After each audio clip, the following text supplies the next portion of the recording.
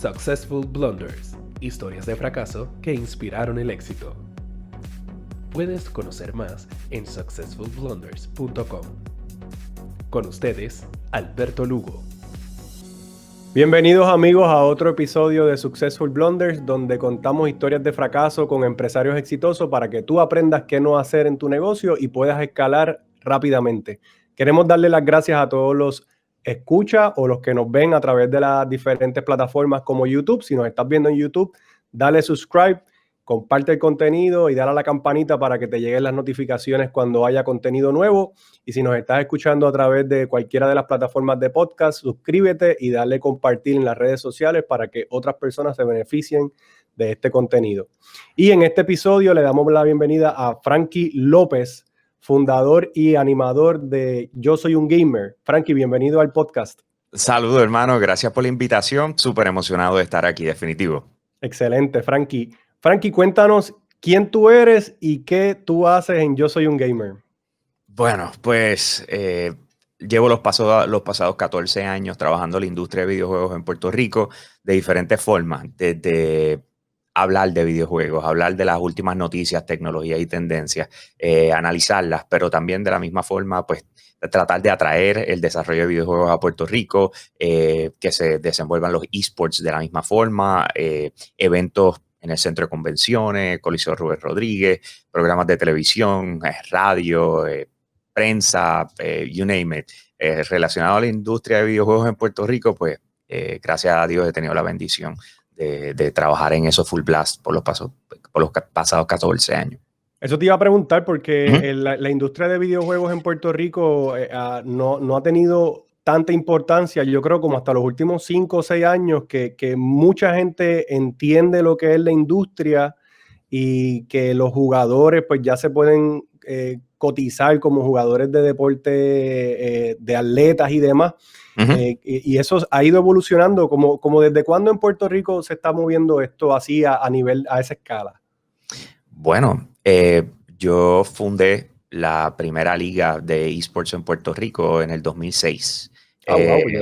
Sí, la Puerto Rico Association of Gamers. La trabajamos hasta el 2012. En el 2012 la tuvimos que cerrar, básicamente. Tuvimos que terminarla porque estábamos ahead of our times, antes de los tiempos. Y yo creo que ahí básicamente es donde voy a empezar con todos los problemas y las metidas de pata, como se dice.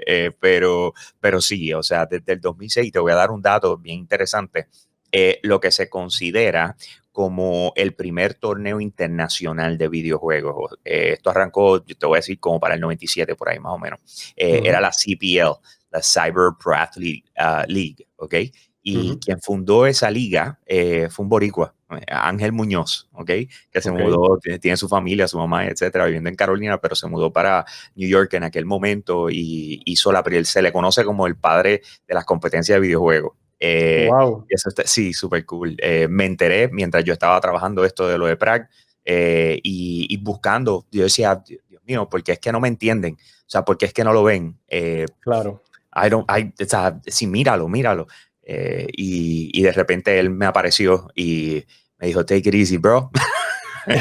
Increíble que hay boricuas en todos lados, ¿verdad? Que ¿Verdad que sí? Hasta en eso hay un boricua metido como el padre de estos tipos de eventos. Yo te tengo que decir, yo trabajo en tecnología y llevo toda mi vida trabajando en tecnología y verdaderamente cuando comenzó grandemente, yo participé de torneos en Blockbuster y todas estas cositas hace 20, 30 años atrás. Pero cuando comenzó todo esto, yo no lo veía como una industria, no fue hasta hace como, yo te diría 2012, que yo empecé a ver y dije, wow, esto es realmente un deporte y se está moviendo fuertemente, así que... Y en el 2012 estábamos realizando el último Gaming Explosion Fest en el Centro de Convenciones de Puerto Rico con 13,000 personas, competencias de Call of Duty, Halo, Gears of War, well, you name it. Bueno, Frankie, pues vamos a lo que vinimos. Cuéntanos un fracaso o una situación que tuviste en tu negocio que fue demoledora para que las escucha o los que nos están viendo aprendan con tus errores. Ok. Bueno, obviamente me están escuchando, le estoy diciendo que los pasados 14 años llevo haciendo esto, pero la realidad es que uno siempre necesita que alguien pueda ver lo que tú estás viendo y te apoye, especialmente cuando no tienes la experiencia. Antes de eso había sido director de una agencia de mercadeo deportivo y promociones de Jimmy Torsen, y eso había sido tremenda experiencia para mí, pero aquí estamos hablando de trabajar en una industria que nadie la había tocado. Así que de 2006 a 2012 nosotros estuvimos desarrollando, creando, inventando, invirtiendo sobre todas las cosas, metiéndole dinero a esto porque veíamos la posibilidad completa.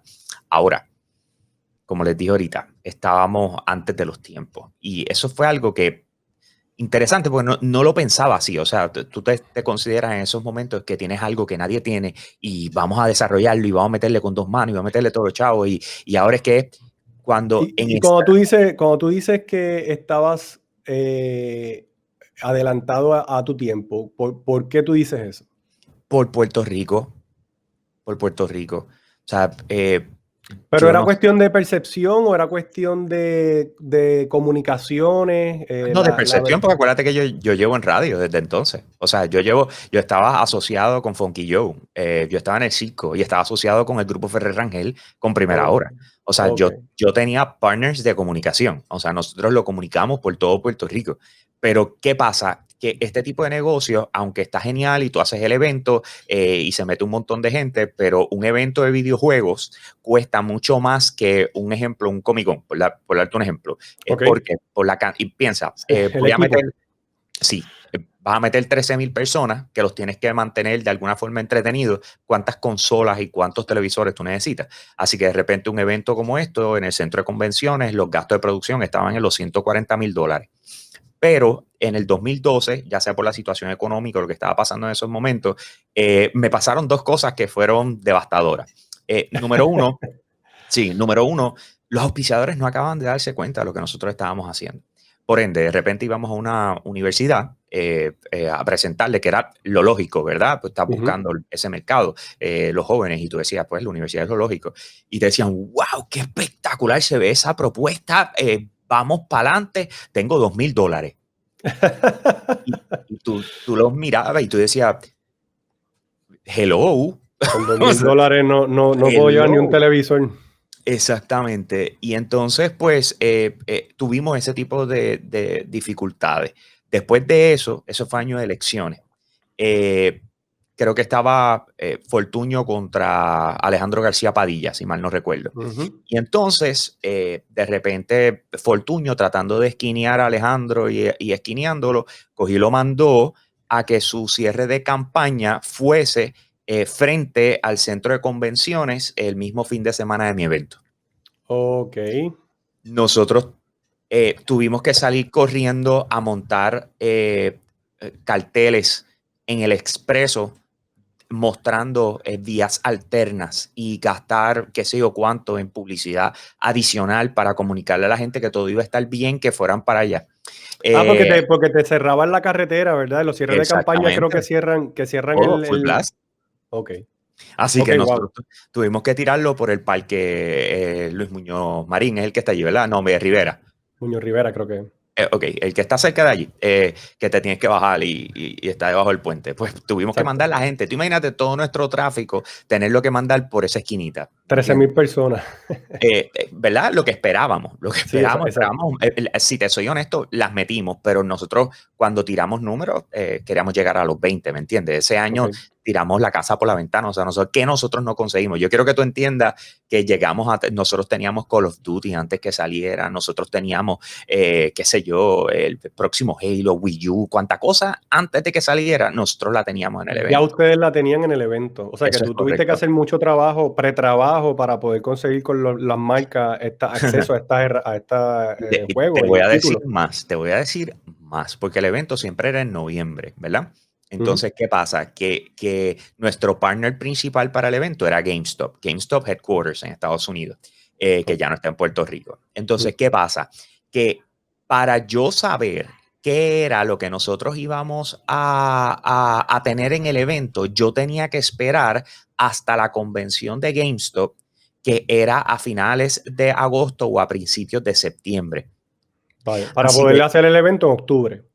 En noviembre. O sea, ya nosotros planificamos todo. Lo único que no sabíamos era con quién contábamos o con qué contábamos, para ser honesto. Porque, por ejemplo, yo sabía que PlayStation iba a venir o sabía que Ubisoft iba a venir, etcétera, pero no sabía que iban a traer. O sea, yo no tenía promoción de voy a tener Call of Duty antes de que salga hasta que no fuera allá.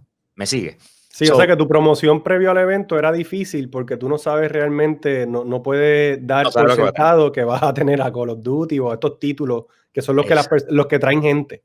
Exactamente. Entonces, pues cuando se mezcló todo esto que te acabo de decir y te acabo de explicar, pues fue el Perfect Storm, y lo de Alejandro fue como que lo terminó de explotar. Así que no hicimos los números. Lamentablemente no hicimos dinero, y ya llegamos a un punto donde Funky y Primera Hora me dijeron, you know what? Lamentablemente no podemos seguir con trabajando tanto para no ganar. Exacto. Auspiciando el evento, dándote medios, dándote espacio. Éramos partners, éramos full partners, ¿ok? Estamos hablando de 33.3 all around, ¿me entiendes? Okay. Y entonces, pues, llegó el punto donde, lo siento, tú sabes, te queremos y te apreciamos un montón, Frankie, pero, sorry, no podemos seguir haciendo esto. No podemos seguir metiendo dinero en esto. Entonces, y ahí es donde viene el cantazo, porque habían en esos momentos 3 propiedades, 2 bien desarrolladas y una en total pañales. Bien desarrollada era el Gaming Explosion Fest, el cual el grupo Ferrer Rangel se quedó con los derechos de ese nombre. La Puerto Rico Association of Gamers, el cual Out of the Box, que era la compañía de Funky, se quedó con los derechos de eso. Y entonces, Yo Soy un Gamer, que era la que acabamos literal de lanzar en el 2011, y la estábamos lanzando como un programa de televisión, o sea, todavía como plataforma y lo que es hoy no existía. Me dijeron, pues tú te puedes quedar con eso. Claro, porque era lo que no tenía nada, estaba comenzando algo nuevo y pues te dejaron esa finquita, como yo le digo. Exacto, pero o sea, yo honestamente no lo tomé a mal, porque tanto Gaming Explosion Fest como Prague fueron proyectos que desarrollamos juntos. O sea, fueron ideas que se elaboraron desde cero juntos. No es que yo con esta idea y la puse en la mesa. ¿Entiendes lo que te quiero decir? Sí, te entiendo perfectamente bien. Yo Soy un Gamer sí fue como que mi idea, fue mi plan, fue mi visión. Wow, y quedarme así. O sea, sí, de momento tú estabas trabajando en estos proyectos por años, con estos 2 socios de negocio, y de momento todo se vino al piso porque no tenías, por lo que tú estabas trabajando en el día a día, no existía. O sea, se acabó. Se acabó. O sea, piensa que yo tenía unos sueldos y unas cosas que eran basadas en esos proyectos que después, ¿verdad? Cuando llegaba el momento de hicimos tanto dinero, pues entonces se cubrían, o sea, como que se ponía para atrás, ¿me entiendes? Era una inversión de todo el mundo, pero yo tenía un sueldo basado en todo lo que estábamos haciendo. Después de esa conversación fue... Y te hago una pregunta, brincando un poco, ¿ellos hicieron algo con estos derechos que retuvieron, o solamente se quedaron con el derecho y no hicieron nada? Porque yo no he escuchado. No hicieron nada. En el caso, si mal no recuerdo, Prague, creo que una de esas compañías que las utilizan para tirar las pérdidas o whatever, y el Gaming Explosion Fest, pues obviamente el de los contactos soy yo. O sea, yo pienso que si en algún momento el grupo Ferrer Rangel dice vamos a revivir esto, pues entonces volverán a tocar el puerto y me van a decir, sí, tú tendrías mucho que ver con eso, exacto, tú tendrías mucho que ver nuevamente con eso. Pero yo, en el caso de yo creo que era más con el propósito de eso mismo. Si en algún momento a ti te da la gana de volver a hacer esto, va a ser conmigo. O sea, no vas a coger y me vas a llevar el Gaming Explosion Fest y hacerlo con Metro o hacerlo con el vocero. ¿Entiendes? De acuerdo. Entonces, vamos a hablar un poquito de cosas que sucedieron en ese momento en el tiempo y qué aprendiste de ellas para poder moverte adelante, porque tienes un negocio exitoso hoy día. Pero antes de hablar de eso, quisiera hablar de qué cosas aprendiste de esa experiencia que tuviste de el revolú, vamos a llamarle fracaso, aunque no es un fracaso, pero la metida de pata, lo que pasó con el gobierno, que no era tu culpa, y lo que pasaba con los títulos también, que se tardaban tanto tiempo, ¿qué cosas tú aprendiste en ese momento? Que ahí es cuando uno verdaderamente, cuando uno se queda en cero, uno se sienta a analizar y dice, contra, debí haber hecho esto diferente, pude haber hecho esto de otra manera. ¿Qué nos puedes decir? Ok, uno de los errores principales fue depender de esos títulos para gancho. O sea, en vez de yo crear mi propio, tengo este gancho específico o esta razón específica por la cual tú quieres venir al evento y estar mercadeando eso por un año, ¿me entiendes? O sea, este Sí. tipo de evento, cuando tú vas a hacer algo así de grande, que tiene una inversión tan grande, tú tienes que mercadearlo por un año. Tú no puedes dejarlo para los últimos 3 meses, obligado. Aunque seas tan agresivo como es, porque piensa, esto fue o sea, analiza, el Gaming Explosion Fest tenía a GameStop y todas las tiendas GameStop de partner. Así que piensa que todas las tiendas GameStop, que en aquel momento estaban casi llegando a las 50, eran como 47 en Puerto Rico. Imagínate, un montón de promoción gratuita en todas las tiendas. Empaquetado, o sea, con marketing del evento. Piensa que primera hora le estaba metiendo full blast. Piensa que SBS, porque no era solamente el circo, era SBS en su totalidad, porque obviamente Sí. los acuerdos que tenía y tiene Funky Joe con SBS. Claro, Así que es que, brutal porque tienen una audiencia bien amplia en diferentes horas del día, o sea que tú podías llegar a todo el mundo en cualquier momento. eso es correcto. Así que en marketing, o sea, en distribución de esa comunicación, no era el problema. El problema es que lo dejaba 3 meses. Por alguna, Claro. o sea, por alguna razón, como que entre eso, que no tenía el gancho hasta muy tarde, yo creo que eso fue, o sea, eso fue ¿Y algo sientes que no, sientes que tú sentías en ese momento que dependías de estos sí, títulos para que el proyecto fuera exitoso? sí, me sentía así, totalmente. Me Ok. sentía totalmente, era una de esas cosas de que yo, el nivel de ansiedad que tampoco ayudaba, ¿verdad? Porque tú no Sí. tenías control de las cosas. O sea, para que entiendas, yo llegaba al evento, que como les dije, a finales de agosto o a principios de septiembre, allá de GameStop, para hablar con PlayStation, hablar con Ubisoft y cerrar el acuerdo. O sea, a ese punto yo no sabía que ellos iban a presentar, así que Wow. todavía no estábamos conversando de qué van a tener allí. Me hacían firmar los non-disclosure agreements, que todo eso ya es algo normal en la industria. Sí. Y entonces me dicen, tengo esto, no lo puedes anunciar hasta X fecha. O sea que quizá no podía anunciar hasta el 1 de octubre, ¿me Sí, es entiendes? muy tarde. O sea, cuando tú vienes a ver, dependía mucho de cosas que no estaban en mi control. Y eso es un big no-no, ¿me entiendes? O sea, eso era una de esas cosas que decían, no, esto yo no lo puedo volver a hacer. Sí, probablemente tendrías que entonces cambiar la fecha y ponerla en febrero, o marzo, cosa de que ya tú tuvieras 6 meses de lead time desde que lo anunciaban. Obviamente no es tan sexy porque lo sexy obviamente es lo Ya nuevo. lanzaban los juegos, ya lanzaban los juegos, Exactamente, ¿me entiendes? exactamente. Entonces, como era un expo, o sea, que tú ibas allí porque tú querías ver algo que no habías visto, ¿me entiendes? Sí. Sobre todas las cosas. Yo después que me separo de ellos, entonces ahí es donde aplico lo aprendido, Ah, ok. aplico lo aprendido y entonces desarrollo un concepto llamado Arcadia y entonces pues ahí hicimos otro evento por 3 años en el Coliseo Rubén Rodríguez de Bayamón con un concepto que sí es mío, único, no se ha hecho en ninguna parte del mundo, Ok. que volvemos, tuve que... Y entonces, pero sin embargo cometí otro error y fue la dependencia en GameStop. Y la dependencia en GameStop en el sentido de que en vez de yo coger el dinero que estaba ingresando, porque hice muy buen dinero con Arcadia, Sí. y empezar a comprar mis equipos, yo veía que pues el GameStop me prestaba a mí todos los equipos, esto era un acuerdo que nosotros teníamos, así ¿Para que qué invertir? no veía en la necesidad, ¿para qué voy a gastar chavos en algo que ya, o sea, lo tengo planchado?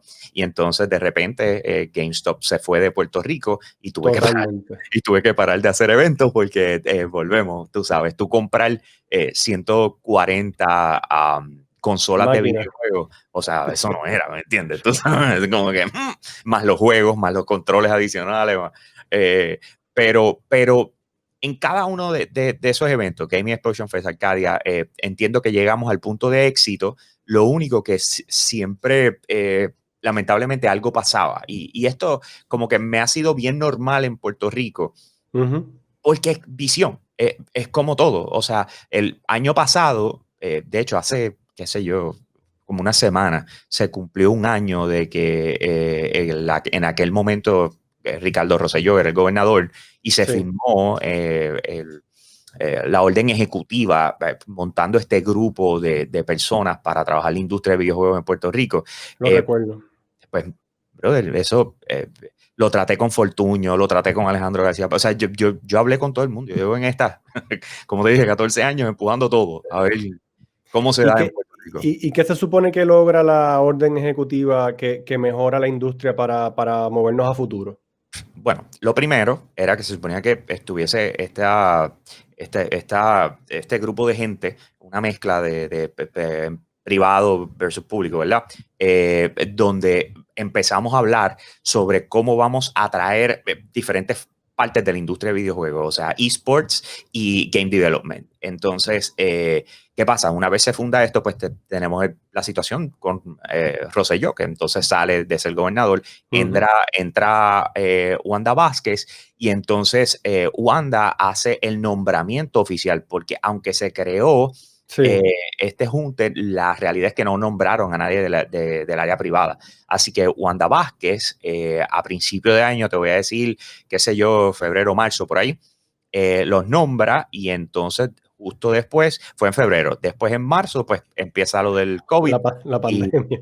Y simple y sencillamente no pasó más allá con eso, hasta que los otros días de repente vino Adriana Sánchez y Wanda Vázquez y anunciaron, Adriana es la de Recreación y Deporte, la secretaria de Recreación y Deporte, y anunciaron un incentivo para el desarrollo de esports en Puerto Rico junto a deportes, y pusieron $200,000 para eso.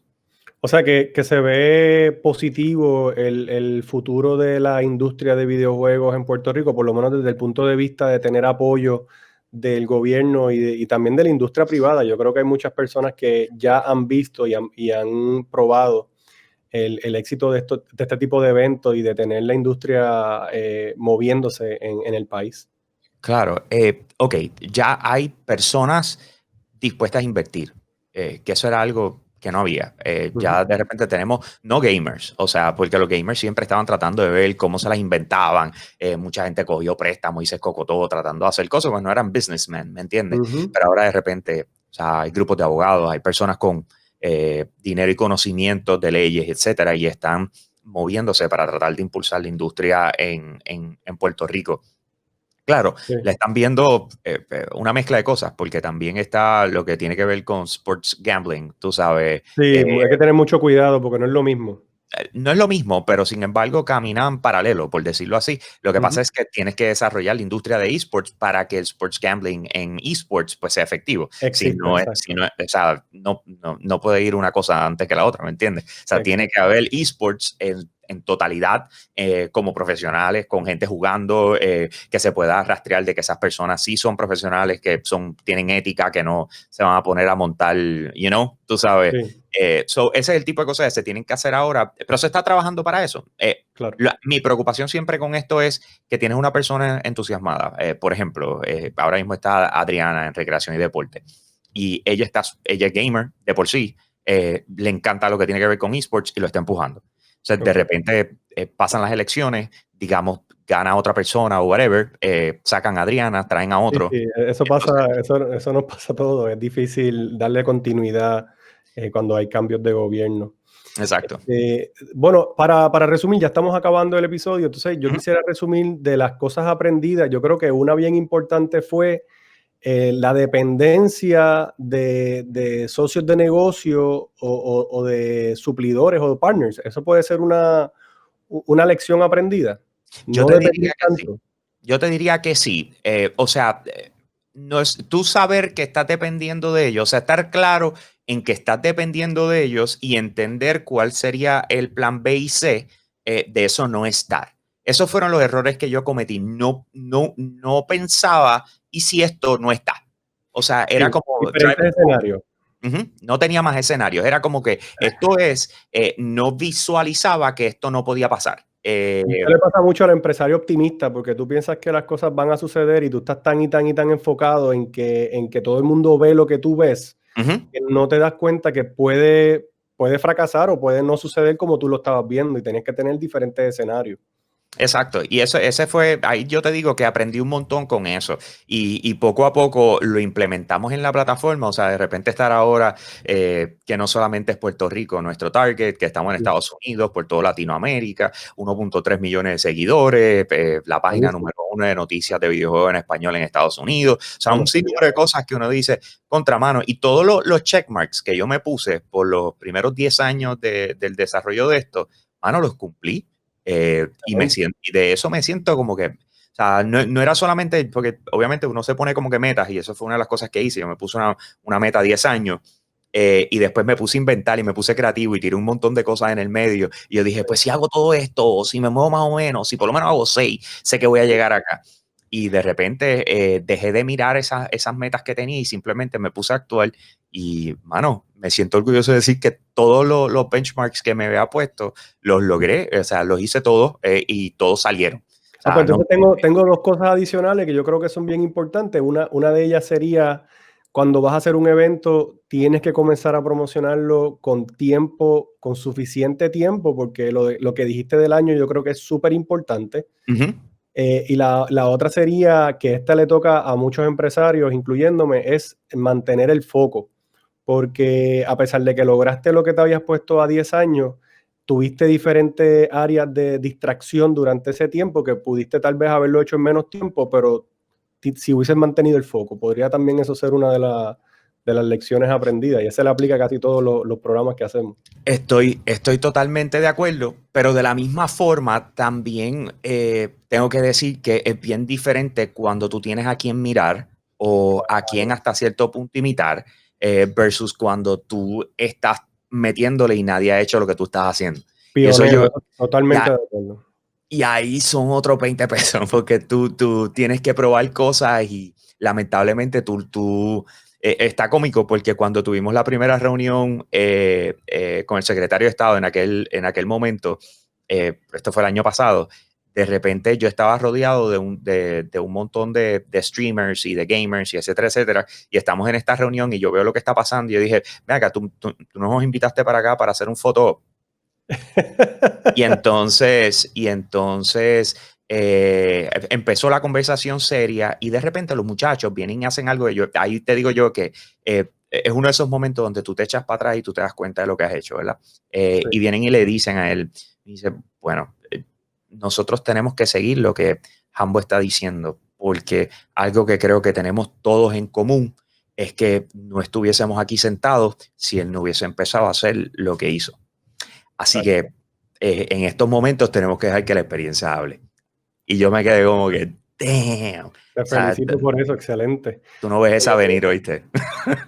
Frankie, te quiero dar las gracias por haber sacado de tu tiempo para participar en nuestro podcast y haber dicho, claro, sí, muchas personas no se atreven y es bueno que compartamos para las personas aprendan de nuestros errores. Te quería pedir antes de que nos despidamos que te despida como tú haces en los medios. Claro que sí. Bueno, mi gente, gracias por habernos escuchado, haber sintonizado con nosotros y con eso los dejo. Aquí Hambo, me fui. Successful Blunders, historias de fracaso que inspiraron el éxito. Puedes conocer más en successfulblunders.com.